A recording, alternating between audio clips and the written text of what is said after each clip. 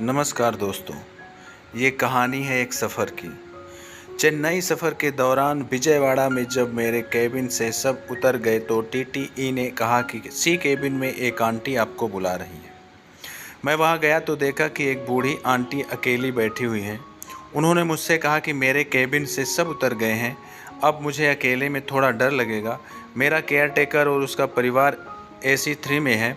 आप क्या मेरे केबिन में आ जाएंगे? मैंने कहा ज़रूर, क्यों नहीं। मेरे मन में एक सवाल आया तो मैंने उनसे पूछा कि आपने केयर टेकर का अपने साथ रिजर्वेशन क्यों नहीं कराया।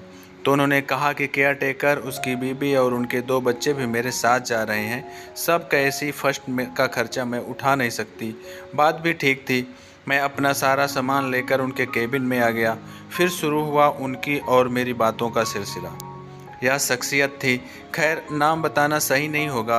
उम्र करीब 80 साल। इन्होंने 1975 के आसपास एनेस्थीसिया में MD किया और ये अपने पति के साथ ही भारतीय रेलवे की मेडिकल सेवा में लग गई। करीब 26-27 साल की उम्र में इन्होंने अपने पति को एक रेल दुर्घटना में खो दिया। तब से आज तक अपने बच्चों को पढ़ा लिखा कर बड़ा किया और पूरी नौकरी करके करीब 20 साल पहले रिटायर हुई और लखनऊ में बस गई।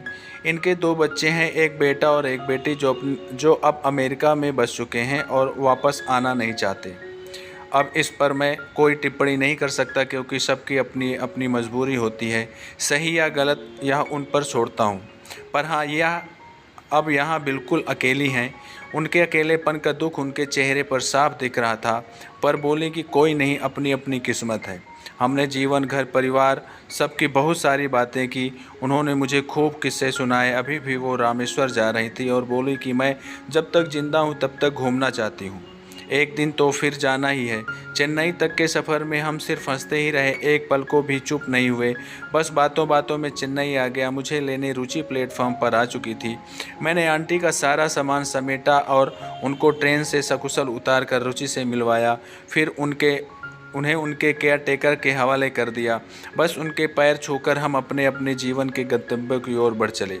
सच में उनकी जिंदा दिली और साहस काबिले तारीफ था और मेरे लिए एक सबक था कि जब कोई साथ ना दे तो खुद का साथी बन जाओ। वैसे तो सफ़र में मुझे हज़ारों लोग मिलते हैं, पर कुछ ऐसे होते हैं जो हमेशा के लिए दिल में बस जाते हैं। ईश्वर उन्हें सदा स्वस्थ रखे।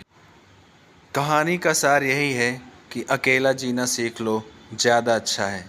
आजकल के बच्चे कब, कितना और कहाँ तक साथ देंगे, इसका कोई भरोसा नहीं। जय हिंद, जय भारत, जय हिंदुस्तान।